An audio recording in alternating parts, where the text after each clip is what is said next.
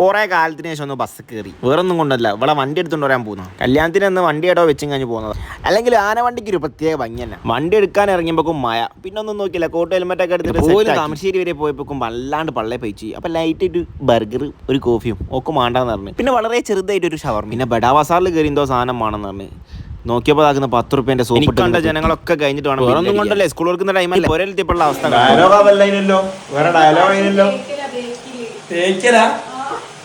ഇങ്ങനെ എന്നോട് പറഞ്ഞത് പശ പറിക്കാൻ പറ്റുന്ന പശ പറിക്കുന്ന മാതിരി പറിക്കുന്ന സാധന ഇങ്ങനെ കളിക്കുന്ന ഒരു പശ പറിക്കുന്ന കടയത് ഒട്ടിക്കാന്നതാ.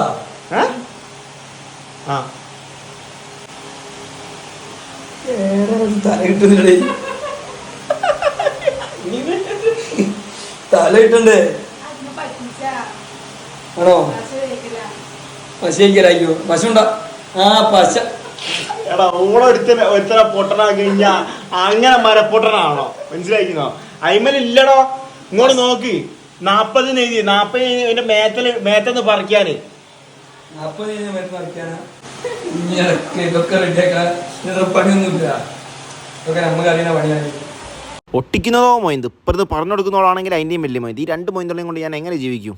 സബാഷ്. അനക്കൊരു കയ്യാണോ? But next tomorrow, bye.